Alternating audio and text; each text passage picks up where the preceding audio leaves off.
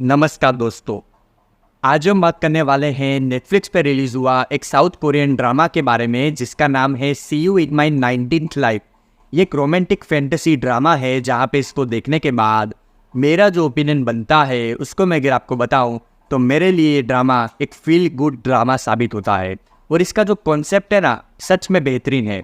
पुनर्जन्म को जिस प्रकार से ड्रामा में दिखाया है ना, आपने ऐसा पहले कभी नहीं देखा होगा। इस के ड्रामा की बेसिक स्टोरी लाइन की बात करें तो एक लड़की है बेन जी यूंग, जिसका 19वां पुनर्जन्म है। उसको अपने पुराने सारे पुनर्जन्म याद है और उसका ये कहना है कि इस दुनिया में सभी लोग पुनर्जन्म लेते हैं लेकिन किसी को भी अपना पिछला जन्म याद नहीं रहता।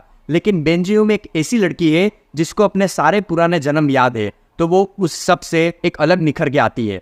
वैसे में 18वें जन्म में उसको एक लड़के से प्यार हो जाता है जिसका नाम होता है मुन सुहा, लेकिन एक कार एक्सीडेंट के जरिए वो 18वें जन्म में मर जाती है। अब ऐसे में मुन सुहा अकेला पड़ जाता है और उसकी जो यादें हैं वो बेन जी यूंग को सताते रहती है। अब वो वापस से पुनर्जन्म लेती है और बेन जी यूंग के साथ मिलती है और उनकी रिलेशनशिप आगे बढ़ती है।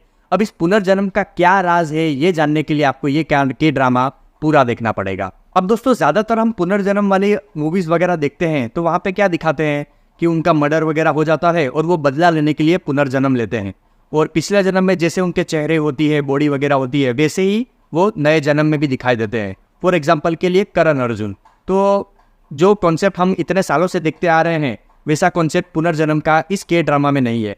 बिल्कुल ही अलग तरीके से पुनर्जन्म का कॉन्सेप्ट हमारे सामने प्रेजेंट किया है कि पिछले अगर जन्म में लड़की हो तो दूसरे जन्म में लड़का भी हो सकता है, बूढ़ा आदमी, छोटा बच्चा, कुछ भी हो सकता है। तो जो टिपिकल माइंडसेट हमारा रहता है ना, उसको पूरी तरीके से ये ड्रामा तोड़ देता है और जो देखने में सच में मुझे मज़ा आ रहा था। और ये सवाल मेरे मन में बहुत काफ़ी समय से था कि यार पिछले जन्म में अगर ये लड़का है, इनका चेहरा ऐसा है, तो इस जन्म में भी ऐसा थोड़ी होगा, ऐसा कहाँ लिखा है।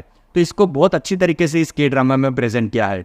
इसके अलावा इस ड्रामा की जो लीड एक्ट्रेस है उनका रियल नेम तो मुझे नहीं पता, लेकिन बेन जी यूंग उनका कैरेक्टर का नाम है। और वो सच में इतनी कॉन्फिडेंट थी अपने कैरेक्टर में कि ऐसा ही लग रहा था कि वो रोल परफेक्टली उन पे सूट हो रहा था। वो इस कैरेक्टर के लिए ही बनी है। इतना कॉन्फिडेंट कैरेक्टर मैंने आज तक किसी के ड्रामा में नहीं देखा। सच में इनको देखते वक्त सच में एक आत्मविश्वास की भावना आ रही थी। इतना बेहतरीन तरीके से उन्होंने अपना कैरेक्टर को जिया है और जो पुनर्जन्म का कैरेक्टर उन्होंने सारे निभाए है ना, सच में मज़ा आ जाता है। पूरे का पूरा के ड्रामा का फोकस उन पे ही था। उन्होंने ही पूरा के ड्रामा अपने कंधों पे लेके चला है। इसके अलावा उनकी जो बहन दिखाई है वो इतनी क्यूट है, उनकी जो हरकत है वो इतनी क्यूट है, सच में आपका दिल आ जाएगा। ऊपर से मुन सुहा का जो कैरेक्टर है, हालांकि उनको जो डायलॉग्स है वो बहुत ही कम दिए हैं और उनको मैंने इटावन क्लास नाम के ड्रामा में भी देखा था।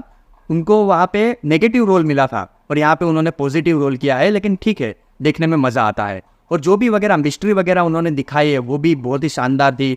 पुनर्जन्म का जो कॉन्सेप्ट लास्ट तक आपको बांध के रखता है, वो पुनर्जन्म क्यों ले रही है, इसके पीछे का राज क्या है, वो पूरा ड्रामा देखने के बाद ही आपको क्लियर होगा। तो देखने में बहुत ही ज़्यादा मज़ा आता है। अब दोस्तों, इस के ड्रामा की जो नेगेटिव पॉइंट की बात करूँ तो ये के ड्रामा आपको उतना ज़्यादा इमोशनल नहीं कर पाता जितना बाकी के मैंने के ड्रामास देखे हैं। जैसे कि मैंने पिछले के ड्रामास के बहुत सारे रिव्यूज़ किए हैं। फॉर एग्जाम्पल के लिए crash landing on you, startup, वो इतने इमोशनल के ड्रामा था कि मेरी आंखों में से आंसू नहीं रुक रहे थे।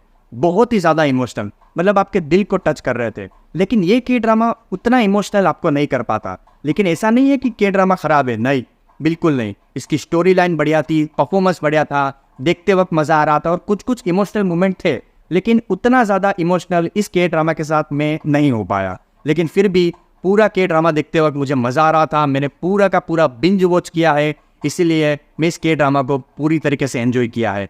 अगर आपको ये के ड्रामा देखना है तो ये आपको नेटफ्लिक्स पे हिंदी लैंग्वेज में मिल जाएगा और इसकी जो हिंदी डबिंग है वो भी शानदार तरीके से हुई है। तो बिना झिझक आप इस के ड्रामा को देख सकते हैं। इसके टोटल 12 एपिसोड है और हर एक एपिसोड की लेंथ एक घंटे की है।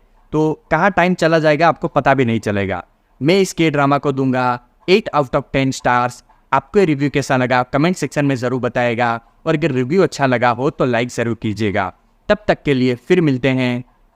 जय श्री राम।